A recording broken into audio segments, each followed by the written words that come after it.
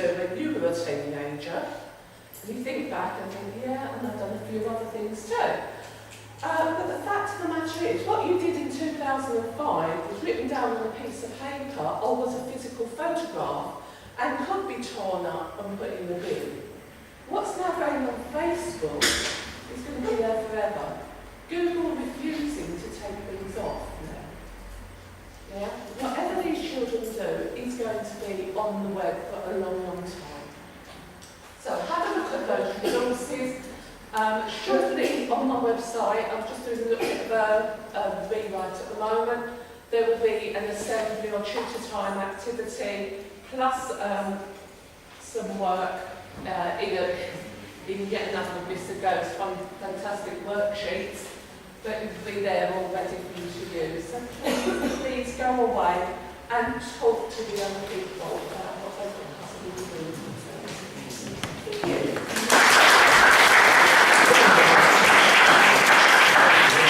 We're going to have a very quick 10-minute break. A few things to do during our break. Obviously, get food, get drink, get wine. There's toilets at the back. If you are on Twitter and want to be, Martin is more willing to help you out. If you want to get to the book drawer, make sure your completed form is in there. Keep tweeting and enjoy the next 10 minutes, ladies.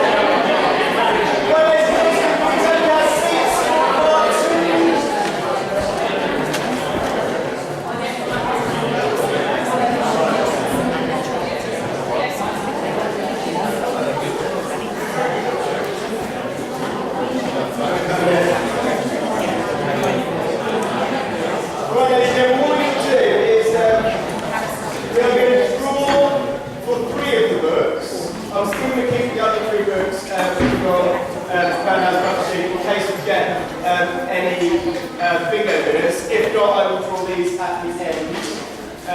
Has everyone put? Anyone who wants to be involved in the draw?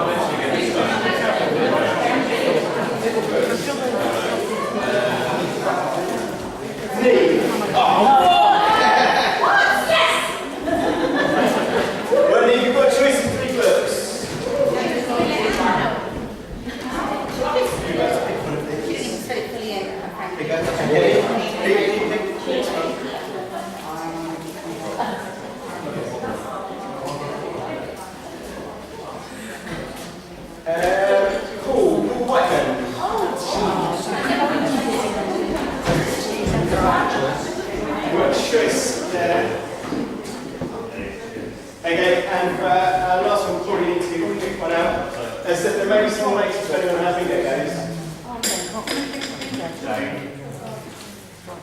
Jane Taylor.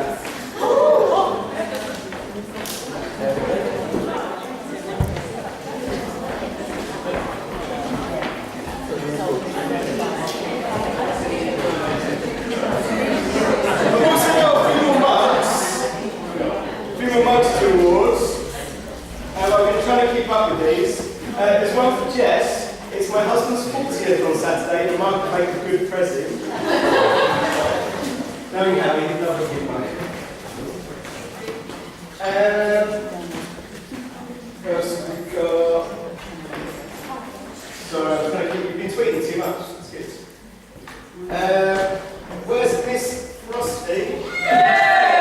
It's my first time presenting, my second time here, and no winners so far. Please can I have a lovely pink mug that matches my presentation. And we'll do one more for now. Where's Rachel? I want a pink mug because we've come all the way from South East London and I'm fast.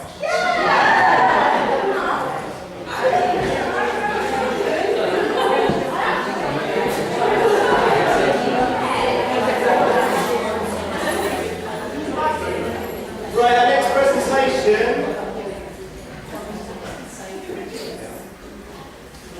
is Brett. I think Brett's doing a 2-minute presentation.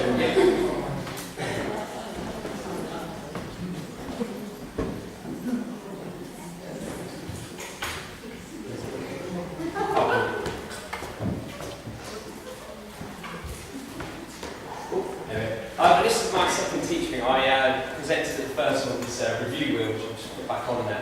Today I want to just talk about a couple of things I do. Some of the kids in my lessons at the moment. I try to build on some of the enterprise skills of sort of teamwork, leadership, organisation, and I come up with this idea of learning leaders in the classroom. Originally it was just a badge, and the kids would sort of ask if they could be learning leader and would lead the learning in the classroom. Then I realised that I knew what learning leader was, but children didn't. So I come up with sort of a criteria of what I would expect if you were to become the learning leader of the classroom. And it was to sort of model your work through feedback, complete some aim higher tasks, which are sort of alternative tasks children could choose to do, help other students in the class, perform the role of a progress spy, so they would look for another student in the classroom that makes progress, and they would reward that student at the end. So instead of me looking for who's making progress, I've got other students looking at other people making progress. And also have an excellent behaviour and effort in work. I reward them at the end as well. And sometimes I let the current learning leaders choose who's going to be the learning leaders for next lesson. And eventually gone on to the lanyards because the kids seem to be sort of hurting themselves with the badges on the back of the pins. So we come up with these ideas where students would come to the front and they sort of wear it so everybody could see who the learning leader was. And it would also remind the students of what they were sort of expected to do. And so a few ideas about it. It was sort of a leadership role for G&T and high ability students at first. But then I found it was sort of a challenging role for mid or low ability students that they would want to aspire to become the learning leader of the classroom. It encouraged, as I said, enterprise skills of leadership, teamwork, positive, attitude and reflection. It was used to structure group works and tasks as well, so we could see everybody sort of looking towards the learning leader. A few other things as well. It's quite fun and easy to use. It's quite adaptable, and it reinforced the positive learning behaviour, not just the positive behaviour in the classroom.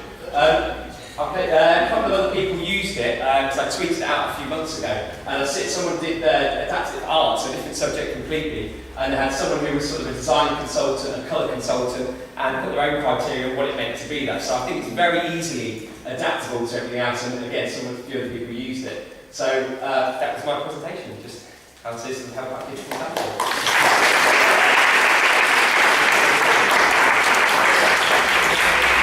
Tweeted out the resource to anybody that wants it. It's CPS_tweet. It will also be going onto the TeachMeet Havering website afterwards. We're going to be putting videos on there and as many presentations as we can and so on. Anya's kind of given us another competition. She suggested that her school have got the most delegates from the same school. How many have you got? 5. And you I read it first.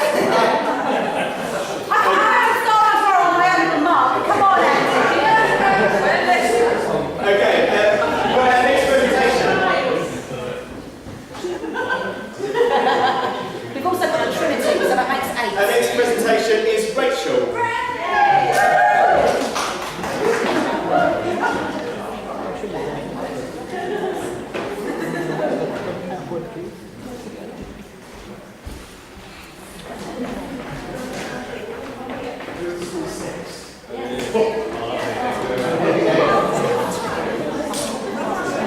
Don't worry, there'll be more given out.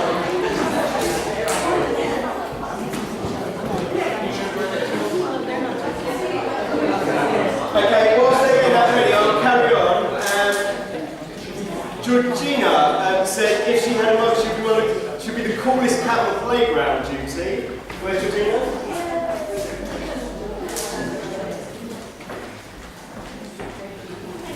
There we go.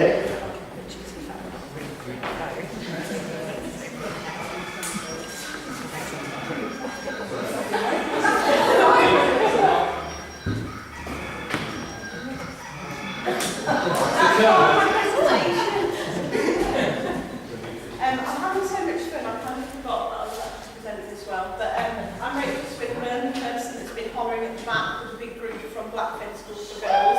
We battled to get to the tunnel today to be here. So really fantastic. Okay, I wanted to talk about independent learning. In design technology, I think we have a few good strategies to promote independence in the classroom. Something that I really love using is Show Me apps and creations as well. So not to have it on the whiteboard, have it open on a computer somewhere in the classroom so that students can actually use that themselves, go up to the beauty of it, they can stop and pause it, not like the teacher. So it's a good way for them to, the differentiation, students can go at their own pace. The next one is Alison talked before about the post-it notes. Absolutely love post-its. There's so many things you can do with them. Really like using them at the start of the lesson. Get students to set themselves a couple of post-it targets for the lesson. Get them to use a subject-specific language. Make sure that you stop at regular intervals to check the progress. Get them to tick them off. Students take a real pride in doing that as the lesson goes on. Next one is storyboards. Again, it decreases the amount of teacher talk at the start of the lesson. Storyboards are a really good way if you're going to do any kind of carousel in your lessons. A good way to have a visual version and a written version, appeal to different learning styles. I've got stacks of these for design technology if anybody wants those, happy to share on Twitter. But again, get students to work in teams so that they can work through the instructions without having you introducing it to start off with. One of my favourite ones is the inspiration table. I've now got set up in the corner of most of my lessons an area for the students to go to, exemplar work laid out on it, books, some guidance packs, and again, just a way to stop them always coming to the teachers the first port of call. Have you had a look at the inspiration table, get them to go there first, take on that independence, and they actually really enjoy using those resources. And then the last bit, a little bit of a plug, but it's I'm doing the UK Ed Chat on Thursday, and I'm hosting it with my gaggle of girls from Blackfen School for Girls. It should be really good fun. please go on and vote for the topic. At the moment, the topic of what is the value of learning outside the classroom is miles ahead in the voting. But go and have a look, see what you'd like to discuss at UK Ed Chat on Thursday between 8 and 9, and get involved, and it should be a really good evening. So, thank you.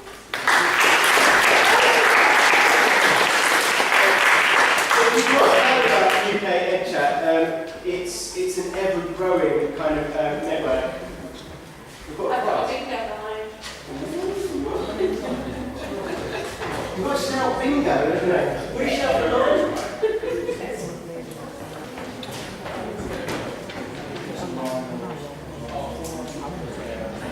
Okay, that means we've still got 2 more bingo prizes available. Okay, so there's the next line that's available, plus the full house. Perhaps when I was coming up with some of these, I was thinking that someone was going to come and present about educational research, and some of the ones that next to that, maybe someone could do a front sheet presentation that ticks a few boxes. As I say, UK Ed Chat, if you haven't heard of it and you're on Twitter, that's quite amazing.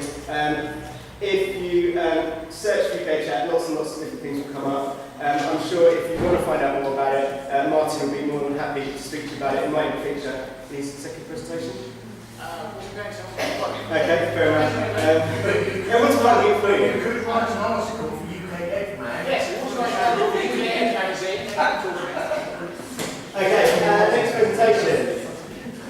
Can I just interrupt with the bingo? Oh, of course. Have you got another line? I did, just then. Fantastic. Thank you very much for that one. That means there's only now a prize for a full house.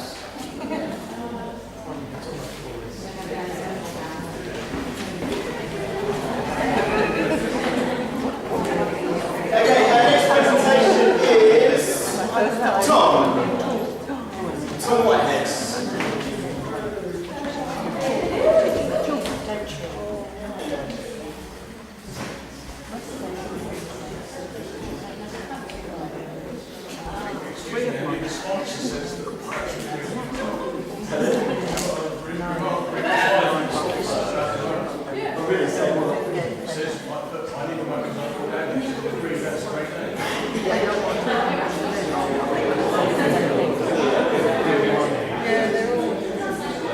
There's lots of colours.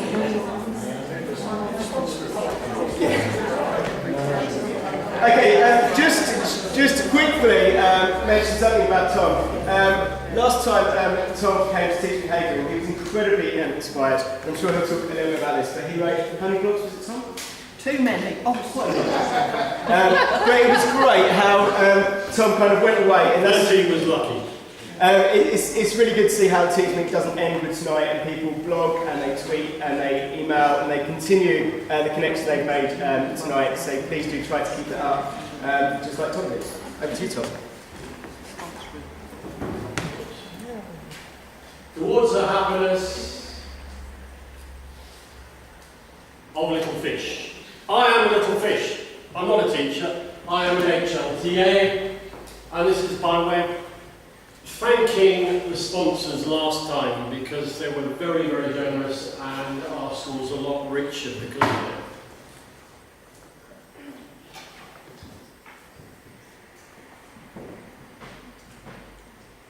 I think this is a fantastic poem, and it was written a long time ago. I did have a discussion with some Year 4 Chinese pupils as to Su. I have copies of this, if you want to take one away. Trouble with having the fish as a model is you might end up like the fish who could wish.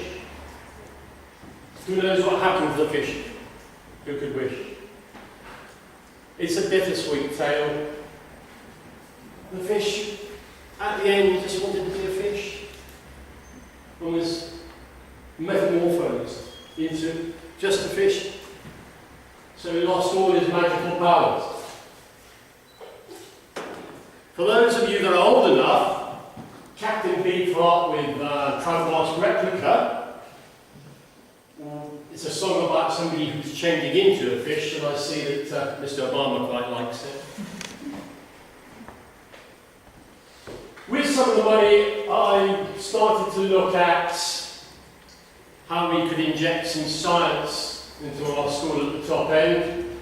And a secondary teacher, said, have a look at Arduino, it's open source, so much the technology will save us. If you ever get a chance, go there, they're Hackney. They do fantastic workshops, they're really, really good. Thirsty plant watering kit, great for primary. The Arduino is all open source.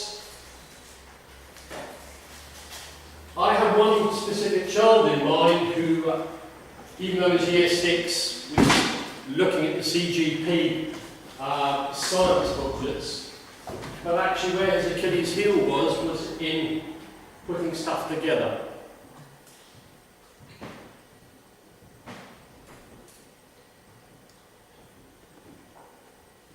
Oh dear. That's Mr. Gobert on the Pearson stand. I was looking at other things with coding and technology, and Kano were presenting.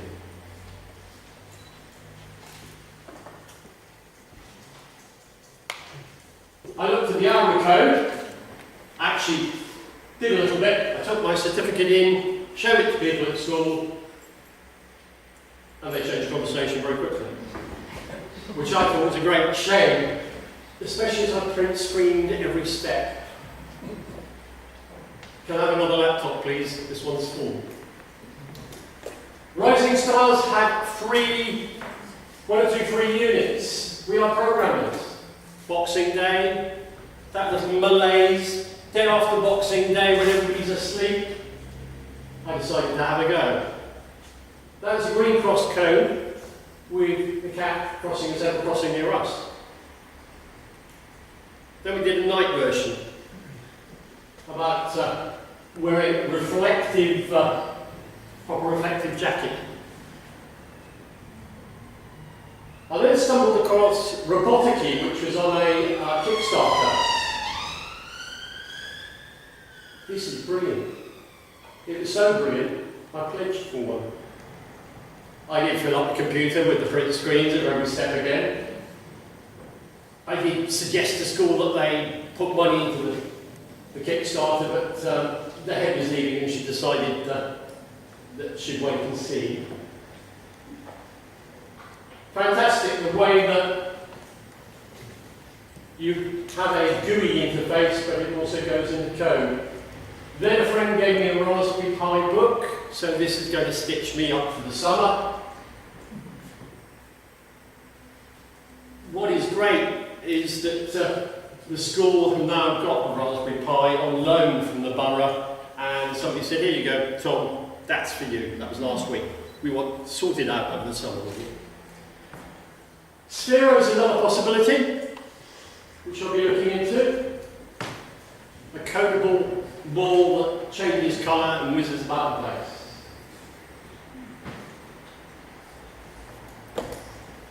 TeachMeets are great. What's better than a TeachMeet? A campaign. Which is a combination of a rolling TeachMeet over a weekend with camping, with music, songs, dance, the odd beer. Campaign South is during October half term and it's going to be in the New Forest. It's held at the Avon Tool Centre. There might well be a campfire tale about the death or political assassination of William Rufus, William II. Rather like a Norman JFK. You know what happened in the New Forest at the grassy knoll? At the La Monticule Urbault. And it's straight from the White Hart's mouth.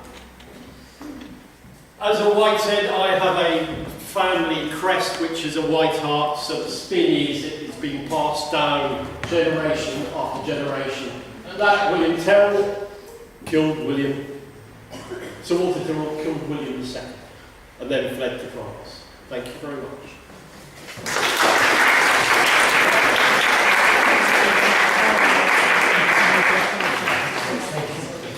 Okay, next one, the next speaker is Lisa. Okay, we've had another mic request from Lara, who says she deserves the mic to celebrate finishing her reports late last night.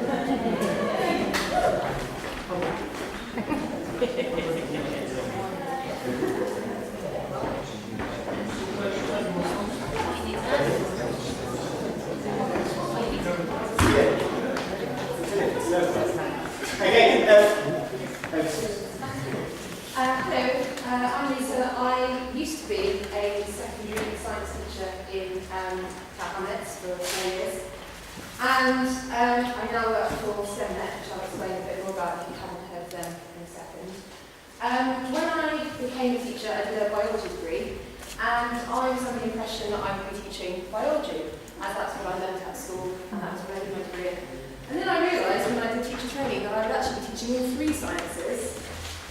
And so I moved across all the lovely biology things that I knew, the carbon cycle and photosynthesis, across to things like the reactivity series and the electromagnetic spectrum, and that was fine. And I taught myself these things that I'd long forgotten, and I improved my general science knowledge. But there was the added stress of all the thousands of different careers that you can use with science, technology, engineering and maths, which now teachers are being ever increasingly asked to impart knowledge of to students. Lots of careers services in schools are being cut or scaled back or outsourced, and so students also increasingly want to know about what is there out there for them after school. And there are so many amazing careers that directly or indirectly use STEM subjects. And as a teacher of any STEM subject, you can't always know all the different options that there are out there for them. This is where the STEM Ambassador scheme comes in. And we actually have at least one STEM Ambassador in the room, which is lovely. STEM Ambassadors are volunteers. It's a government-funded programme. They can go into schools and support enrichment in all STEM subjects. People quite often think of STEM as mainly science. It's not at all. It does cover all DT subjects, engineering, maths, and also increasingly computer science as well. In London, there are around about 2,000 STEM ambassadors. Just under half of them are female, which might sound obvious, but actually not half of all people working in STEM subjects are female, it's about 20%. Around about 65% of them are under 35, and also we have a range from different ethnic minority backgrounds as well. So they represent a huge different variety of people in the capital. They also quite often have come from different career routes and different backgrounds. In the last 12 months, 70% of secondary schools and also lots of primary schools used STEM ambassadors in some way. Now, as we are in Havering, and also our lovely colleague Matt, who are also on the edge of London, some of you might actually work in schools in Essex. We do work with schools in Essex as well, so I'll talk about that. STEM ambassadors can do a whole range of activities in schools. They can give careers advice. Quite often we have careers fairs or careers speed dating and networking events. They can come into lessons and give presentations about careers. They can judge competitions, which quite often gives students an extra reason to sort of try their best because there is this special guest who is going to come in and judge what they've done. They also can support any sort of STEM club. They can mentor Quest Award projects, and they also can support activity days that lots of schools run, especially this time of year actually. They cannot teach lessons. Lots of teachers misunderstand the concept slightly and think, oh great, some people teach my lesson for me. That's not what they're there for. They don't have necessarily, lots of them are amazing at presenting and things, but they are not trained teachers. So the purpose of them and the thing that they are really, really skilled at is giving that extra perspective, and also being a professional and an expert that quite often you as teachers, and I had this when I was teaching as well, you can say something every single week in, week out, something that is common sense, that students should listen to, they don't listen, and then someone else comes in and says exactly the same thing, and they listen to them the first time because, oh, but they're an engineer. You don't know anything. They're an engineer, they know what they're talking about. So it is really useful to have that person come in and talk to students about things that you yourself might not be an expert in. They also can't necessarily support things every week. Some of them can. Some people either might be retired or self-employed or work from home, and so can come in on a regular basis, and they might live around the corner. But some of them will be able to drop in and out maybe once or twice a year and be able to support a range of activities in your school. And also the majority of them do work full time. So the way that it works really is we source STEM ambassadors through a whole range of different employers and organisations, and also people just individually come forward to us and say, yes, I'd like to be a STEM ambassador. And then we try and deploy them into as many schools as possible. Some of you might have used STEM ambassadors already in your schools, some of you might not have done. So it's also now becoming increasingly promoted by the government in both the Ofsted framework for new national curriculum and also this, which was the careers guidance issued by the Department of Education in April, which specifically explains about how STEM ambassadors can be used to support careers education in schools. We have a London website, stem@london.org.uk, and through there you can request a STEM ambassador for whatever activity you would like them to do in your schools. We will then let you know when we find someone appropriate. You then liaise with them by email or by phone to discuss the activity. They come in, it's all wonderful, and you can invite them in again if you'd like them to come in again. I think I've got that. So if you'd like to find out more about STEM ambassadors or other STEM programs we do support for our school clubs and things, come and find me at the end. Thank you.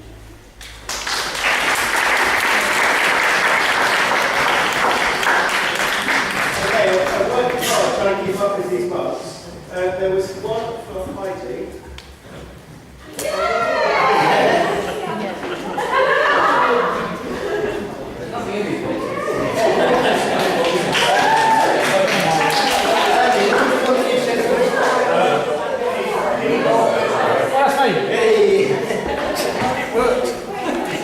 There we go.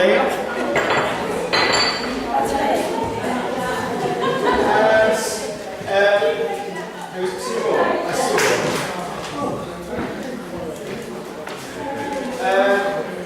One was for. Maybe I'll pronounce it wrong again, haven't I? You got it. Yes. And one for Douglas. Okay, our next presentation. Our next presentation is from Lauren. She's going to do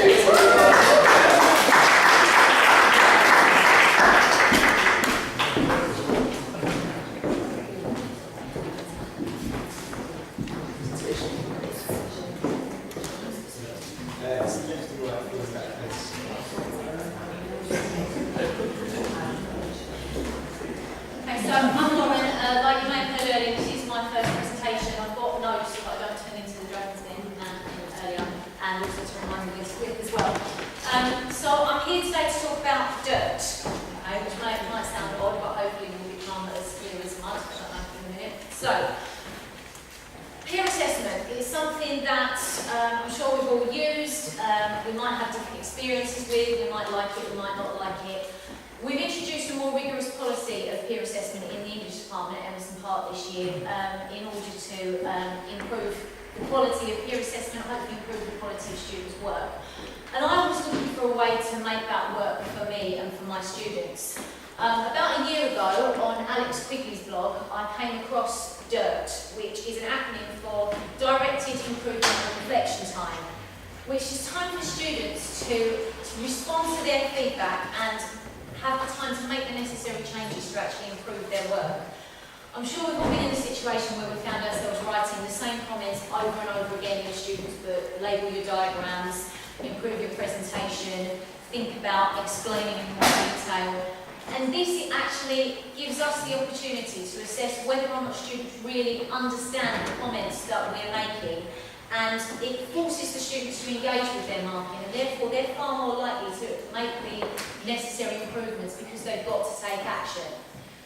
I've been using this for my Key Stage 3 classes since September, and I've I've had some really positive responses. I've incorporated peer assessment into it to bring in what we're doing in the English department, and I've kind of developed my own method of dirt within my lessons, and I'm finding this works for me. So, what do I do? Well, once students have completed their draft assessments, I set them a task of doing their dirty work, which they quite like the connotations of. It's something they can get stuck into, even though they know they're not actually going to get their hands dirty by this point. Students are given someone else's work to peer assess. I try and hand out books randomly. I try to avoid giving them their friend or the person they're sitting next to, because I found that they're more inclined to actually give constructive criticism. They don't just be nice to their friend. Using adapted versions of a PowerPoint that was created by my colleague Katie, I take students through the process step by step. I don't just let them run wild with it. So to start off with, we begin with the positives. They check for the bits they can tick. They use the success criteria for the assessment, and they annotate in the margin why their peer has received a tick. I then guide students through the process of quality assessment. So one skill at a time, we look at spelling, punctuation, grammar, repetition, specific task-related skills. What were they expected to do? What could they do better? By spending the time going through this step by step, rather than just saying circle all the spelling, punctuation and grammar mistakes, the quality of the peer assessment has dramatically increased, and students now tend to be far more thorough in the correction and improvement of their own work. And then finally, students give their peer a what went well and an even better if. Now this is what I found has really improved since I started doing it in this way. Comments have gone from write more, improve your handwriting, make it longer, to actual real task-related specifics. If we look at some of the examples here, you can see we've got now try and put more interesting adjectives and verbs into your autobiography. We've got a lot more detail. All the red pen up here has actually come from the students, that's not from me, there's the green stuff on the end. And here you can see an example of a really thorough peer assessment. We've got punctuation errors pointed out, we've got the ticks and the annotations in the margin. It really has made a positive difference. From there, students then spend the time making the suggested improvements from their peers, and this is where dirt resources come into play. My display contains different help stations, and each station contains a series of cards which students can take away and then use to help them improve their work. On Twitter, I've seen loads of absolutely fantastic displays. I've seen stuck walls, I've seen word graveyards, I've seen McDonald's chip cartons filled with lolly sticks with synonyms and different resources they can take away. I've also seen folders with example essays and mark schemes in that the students can use to improve their work. You can then build on this, so displays might be a place to start, but from there you might want to introduce the use of dictionaries, thesauruses, using the internet, using chapters from textbooks, whatever works for your subject. The most important aspect of this strategy is giving students the time.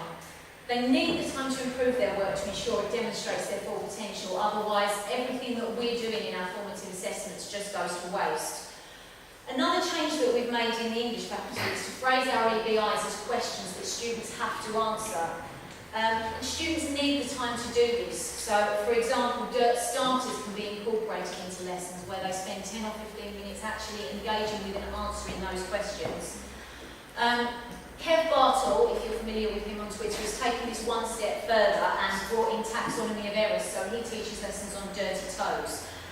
This is another fantastic strategy for improvement where students look at their level of error and then try to move up through those levels. I definitely recommend having a look at his blog and having a look at what he's doing with taxonomy of errors.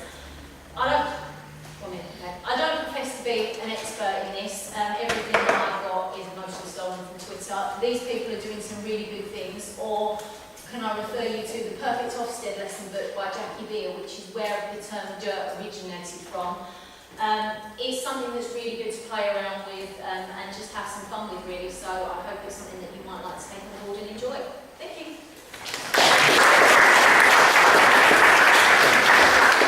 Okay, we've only got 2 more presentations to go, but the tweets that will be coming from Mugs, good job there, plenty.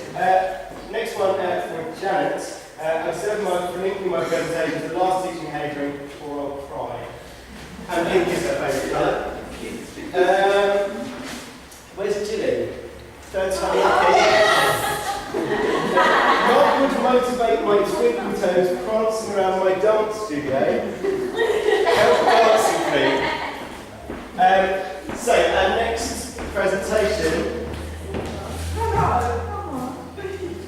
is going to be Mr. Beasley. Okay, Mr. Beasley, cheers for the presentation.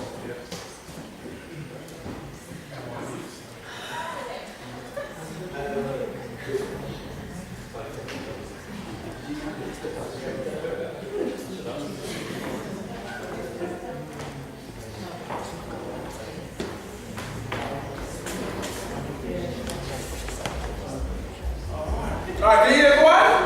Yeah. No, guys, see, one thing about me is I've got a lot of energy, so I need energy from you guys back. Good evening, everyone. Yeah. So the first thing I want you guys to do is to high five the person next to you and tell them that you are amazing. Excellent. So just to introduce myself, my name is Mr. Beasley. I'm an inspirational, motivational speaker.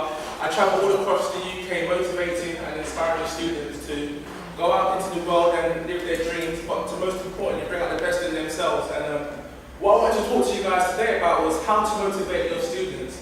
Now, I find it really interesting when I talk to teachers every single day, and teachers are always like, I don't know how you do it. You've got our most difficult students to sit down for an hour and they're engaged. And one thing I've learned about is we talk to students every single day about going out there to be successful.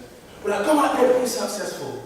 Work hard and be successful. Go out there and achieve your dreams. But we missed one key point, and that is, why should they be successful? And I remember talking to a teacher one time, and I said to her, well, how do you motivate a student who doesn't know what they want to do with their lives? I said, it's very difficult, isn't it? And one thing I do when I go into schools is I ask kids, I say, why do you want to be successful? And the initial response from the kids are, you know, oh, I want to be successful so I can be rich. I want to be successful so I can go on holidays. One kid told me, I want to be successful so I can get women. I said, well, we're not going to go into that right now. And then what I do is I hit the core. Now, I look back to when I was in school, and I think to myself, you know what, when I was in school, there was one thing that I really wanted to do that I didn't do, and that was make my parents proud. And then when I talk to them, and I get them thinking, I just ask them a simple question like, who in your life do you want to make proud? And you get, oh, you know, I want to make my mum proud, or I want to make my dad proud, or my grandparents. And I remember one time I went to a school in Nova a couple of months ago, and when I was talking about this, a boy actually started crying. And when I asked him, why are you crying? He said to me, November last year, my mum had a heart attack. He said to me, the doctor said that my mum is dying. So I said to him, so what do you want? He goes,